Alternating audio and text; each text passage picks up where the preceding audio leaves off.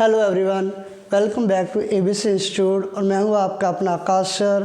तो आइए स्टार्ट करते हैं।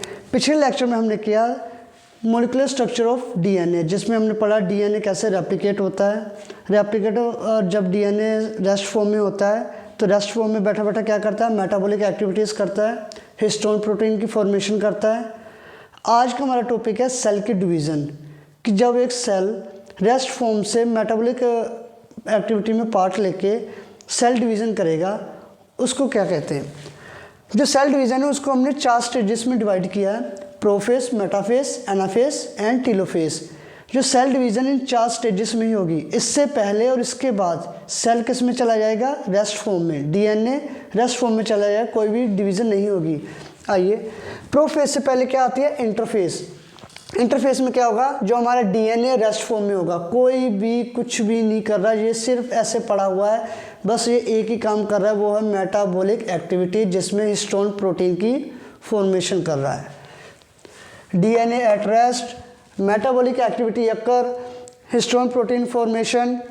और ये देखिए मेरे पास एक सेल का स्ट्रक्चर जिसमें न्यूक्लियस के अंदर है क्रोमेटिन फाइबर। न्यूक्लियस के पास में क्या है, सेंट्रियोल, ये हमारी एक सेल ऑर्गेनेली है। नेक्स्ट स्टेज देखिए, प्रोफेस। प्रोफेस में क्या होगा, ये जो गैप है इंटरफेस से प्रोफेस के बीच में जाना, इसमें क्या होगा, डीएनए धीरे धीरे कोइल्ड होना शुरू हो जाएगा। कोइल्ड होके क्रोमेटिड की फॉर्म बनाएगा। क्रोमेटिड आगे जाके क्या करेगा, अपनी एक सिस्टर क्रोमेटिड बनाएगा, डुप्लीकेट क्रोमेटिड को फॉर्म करेगा। Chromosome become condense and visible. ये जो हमारा डीएनए था, जैसे प्रोफेस में एंटर किया, इसने क्या किया, क्रोमेटिड बनाया, कंडेंस फॉर्म बनाई। कंडेंस फॉर्म के साथ इसने अपने एक डुप्लीकेट क्रोमेटिड भी बना लिया। जो सेंट्रियोल था, सेंट्रियोल जैसे ही प्रोफेस में एंटर किया, इसने भी अपने एक डुप्लीकेट बना लिया और इसने क्या बनानी शुरू कर दी, एस्टर रेस। सेंट्रियोल जैसे ही प्रोफेस में एंटर किया, इसने अपनी डुप्लीकेट बनानी कर दी। जैसे इसने अपनी एक डुप्लीकेट बनाई, इसने एस्टर रेस की फॉर्मेशन कर दी। एस्टर रेस का क्या फंक्शन है, एस्टर रे का एक ही काम है, स्पिंडल फाइबर को फॉर्म करना। स्पिंडल फाइबर की फॉर्मेशन करेंगे। जी, सिस्टर क्रोमेटिड प्रेजेंट। प्रोफेस में सिस्टर क्रोमेटिड क्या है, प्रेजेंट होंगी। ये देखो, एक क्रोमेटिड, ये दूसरी क्रोमेटिड, इन दोनों को हम क्या बोलेंगे, सिस्टर क्रोमेटिड। Late profess. अच्छा, एक मेजर डिफरेंस जो हम प्रोफेस में देखने को मिलता है प्रोफेस में, वो ये है, ये अर्ली प्रोफेस, ये लेट प्रोफेस। इन दोनों में एक ही मेजर डिफरेंस है, जो न्यूक्लियस की मेम्ब्रेन है वो ख़त्म हो जाती है।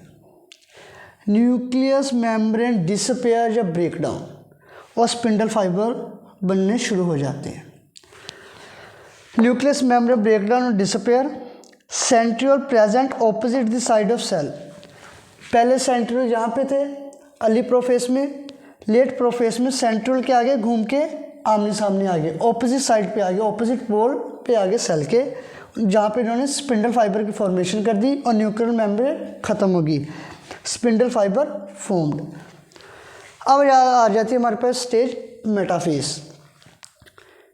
अगर आपको याद हो, मैंने फर्स्ट जो मेरी वीडियो थी स्ट्रक्चर ऑफ क्रोमोसोम, उसमें मैंने एक पॉइंट कहा था कि अगर हम माइक्रोस्कोप के अंदर क्रोमोसोम को देखना चाहें तो क्रोमोसोम अगर मेटाफेस में होगा तभी हमको विजिबल होगा। मेटाफेस में होगा तभी हमें विजिबल क्यों होगा, बिकॉज ये ऐसी फेस है जहाँ पे क्रोमोसोम सेंटर पे आ जाता है, सेल के बिल्कुल सेंटर में एक लाइन में आ जाते हैं सारे क्रोमोसोम। यही वो फेस है जिसमें हम क्रोमोसोम को देख सकते हैं। मेटाफेस में सिर्फ एक ही काम है, जितने भी ये क्रोमोसोम है सभी एक लाइन में आ जाएंगे। Chromosome line up in one plane at equator.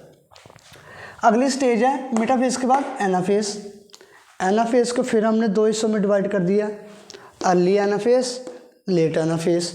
Early anaphase में देखो, अर्ली और लेट एनाफेस में कुछ नहीं हो रहा है। इसमें क्या है, क्रोमेटिन जो फाइबर है, जो हमारे क्रोमोसोम है, वो अलग अलग हो जाएंगे, अलग अलग होके ऑपोजिट साइड्स पे चले जाएंगे। ये देखिए, अर्ली एनाफेस में क्या हो रहा है, सिस्टर क्रोमेटिड्स अलग हो गए और लेट एनाफेस में जो हमारे सिस्टर क्रोमेटिड्स से दूर दूर चले गए, ऑपोजिट पोल पे चले गए। Sister chromatid get separated, sister chromatid move toward the opposite pole of the cell. Sister chromatid कहाँ चले गए, दूर दूर चले गए। अब जो सिस्टर जो क्रोमेटिड है हमारे, ये जो हैं ये अलग कैसे हुए हैं, जो हमने यहाँ पे पढ़ा था ना स्पिंडल फाइबर की फॉर्मेशन, ये जो ब्लैक ब्लैक डॉट बनाई है, इसका एक ही काम है कि दो सिस्टर क्रोमेटिड को अलग कर दें। जैसे मान लीजिए मेरे पास ये दो सिस्टर क्रोमेटिड जुड़े हुए हैं, अगर स्पिंडल फाइबर की फॉर्मेशन होगी तो स्पिंडल फाइबर क्या है, इनको सेंटर से, जहाँ पे इनका सेंट्रोमियर होता है, the point where the two sister chromatid are attached, वो सेंट्रोमियर से इन दोनों क्रोमेटिड को अलग कर देगी। स्पिंडल फाइबर का एक ही काम है सिस्टर क्रोमेटिड को अलग करना, और इसका कोई फंक्शन नहीं है। स्पिंडल फाइबर आया, उन्होंने अलग अलग कर दिया। लेट एनाफेज में दोनों क्या है, क्रोमेटिड ऑपोजिट साइड पे चले गए। आगे फेस आ गई टीलोफेस। टीलोफेस में देखिए ये जो सेल है यहाँ से क्या है, ग्रूव बनना शुरू कर देते हैं, जिसको हम फुरो बोलते हैं। एक गड्ढा सा बनना शुरू हो जाता है और न्यूक्लियस मेम्ब्रेन दोबारा बन जाती है। Nucleus membrane are formed, spindle fibre disappear. इस फेज में स्पिंडल फाइबर ख़त्म, अब स्पिंडल फाइबर का कोई भी फंक्शन नहीं है, और न्यूक्लियस मेम्ब्रेन फॉर्म, न्यूक्लियस की मेम्ब्रेन दोबारा बन गई, जो इसके अंदर थे वो आगे, और डीएनए कौन सी अपनी स्टेज में चला गया, क्रोमैटिन फाइबर की स्टेज में दोबारा चला गया। इस स्टेज को हम बोलेंगे कैरियोकाइनेसिस, मतलब डिवीज़न ऑफ न्यूक्लियस। इस देखिए एक बार रिपीट कर लेते हैं। क्रोमैटिन फाइबर जैसे प्रोफेस आई, क्रोमैटिन फाइबर कंडेंस होना शुरू हो गया, उसने क्रोमैटिन बनाया, क्रोमैटिड से सिस्टर क्रोमैटिड बनाए। प्रोफेस में कुछ भी मैटर नहीं करता कि ये हमारे जो क्रोमोसोम है, जो सिस्टर क्रोमैटिड कहाँ पड़े हैं, आगे पीछे ऊपर नीचे, इनकी पोजीशन कोई भी मैटर नहीं करती। जो सेंट्रियोल है वो अपना डुप्लीकेट बनाने लगा। प्रोफेस में बस एक ही दो काम होंगे, एक जो सेंट्रियोल है आमने सामने आ जाएंगे और स्पिंडल फाइबर की फॉर्मेशन करके न्यूक्लियर मेम्ब्रेन को ख़त्म कर देंगे। न्यूक्लियस की जो मेम्ब्रेन है, न्यूक्लियर मेम्ब्रेन, उसको ख़त्म कर देंगे, स्पिंडल फाइबर फॉर्म करेंगे जब सेंट्रियोल आमने सामने होंगे। मेटाफेस में हमारे जो क्रोमोसोम है सेंटर में आ जाएंगे, स्पिंडल फाइबर बने हुए हैं। अर्ली फेस में स्पिंडल फाइबर इन दोनों को अलग अलग कर देगा, दोनों को अलग अलग कर दिया। लेट एनाफेस में थोड़ा और पीछे पीछे चले गए हमारे, और टीलोफेस में न्यूक्लियस मेम्ब्रेन दोबारा बनी। ये जो हिस्सा है एक सेल में आ गया, मान लीजिए ये जो मेरे क्रोमोसोम है एक सेल के अंदर आ गए, एक न्यूक्लियस मेम्ब्रेन के अंदर ये सभी आ गए, और ये दूसरा वाला है ये इस न्यूक्लियस मेम्ब्रेन के अंदर आ गए। सेल डिवीज़न होगी, कंप्लीट होगी, दो न्यूक्लियस बन गए, डिवीज़न ऑफ न्यूक्लियस। इस स्टेज को हम बोलेंगे कैरियोकाइनेसिस। कहाँ पे होगी, टीलोफेस में होगी कैरियोकाइनेसिस। दो न्यूक्लियस बन गए, सेल डिवीज़न कंप्लीट न्यूक्लियस की। अब डीएनए दोबारा अपनी रेस्ट फेस में आ गया क्रोमैटिन फाइबर की। अब उसका कोई काम नहीं, उसने दो न्यूक्लियस बना दिए, इक्वल नंबर ऑफ क्रोमोसोम क्या डिस्ट्रीब्यूट कर दिए। अब उसका कोई काम नहीं, दोबारा अपनी रेस्ट फॉर्म में आ गया क्रोमैटिन फाइबर की फॉर्म में।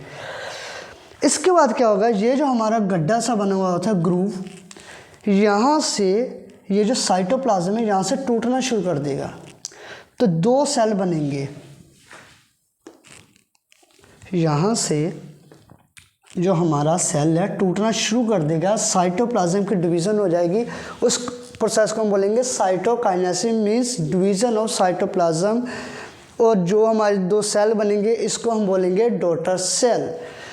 अच्छा एक चीज़ देखिए, ये जितना भी सारा प्रोसेस हुआ है, जितना भी सारा प्रोसेस किया, जितनी भी सारी डिवीज़न हुई है, प्रोफेस, मेटाफेस, एनाफेस और टीलोफेस, इनको हम क्या बोलेंगे, इस प्रोसेस को हम क्या बोलेंगे, माइटोसिस। क्या बोलेंगे, माइटोसिस। माइटोसिस क्या होती है, इक्वेशनल डिवीज़न। जब एक सेल दो हिस्सों में डिवाइड होगा बट उसका नंबर, उसके ऑर्गेनेली या उसमें क्रोमोसोम नंबर दोनों सेल्स में सेम रहेंगे।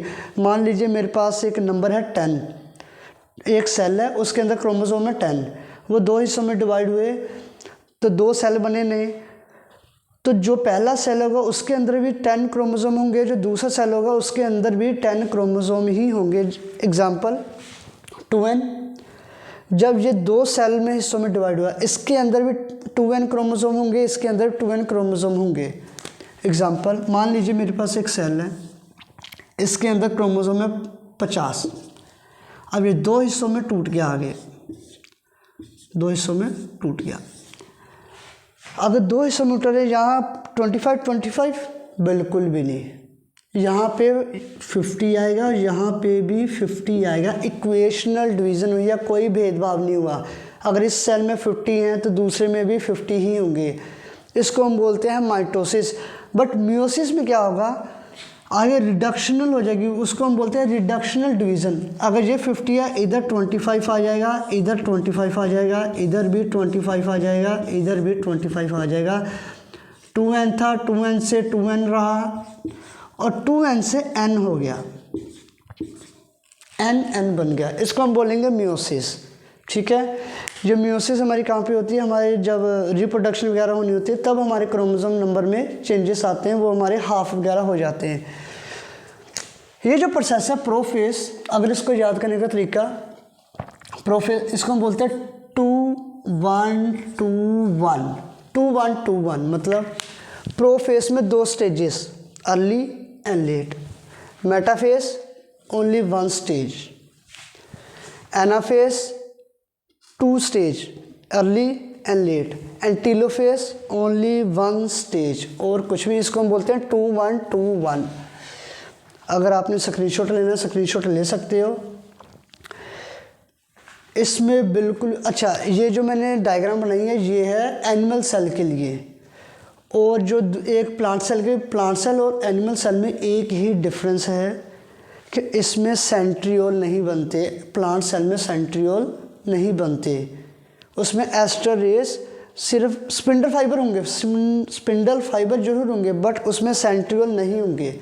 यही एक डिफरेंस है एनिमल सेल और प्लांट सेल में। बाकी सारी डिवीजन सेम है। इसमें सेल मेम्ब्रेन है और प्लांट सेल में सेल वॉल भी प्रेजेंट होगी, और कोई मेजर डिफरेंस, सारी बाकी डिवीज़न सेम होगी। अगर इसमें भी प्रोफेस है उसमें प्रोफेस होगी, इसमें मेटाफेस है उसमें भी मेटाफेस, एनाफेस, टीलोफेस सब होगा। उसमें भी ऐसे डिवीज़न होगी, 2 न्यूक्लियस होंगे, डिवाइड होंगे, कैरियोकाइनेसिस होगी, साइटोकाइनेसिस होगी। तो आज के लिए इतना ही। कल हम अपने लेक्चर में करेंगे हेरिडिटी ऑफ क्रोमोसोम। तो इस वीडियो को ज़्यादा से ज़्यादा शेयर कीजिए, लाइक कीजिए और मेरे चैनल को सब्सक्राइब कीजिए। Thank you.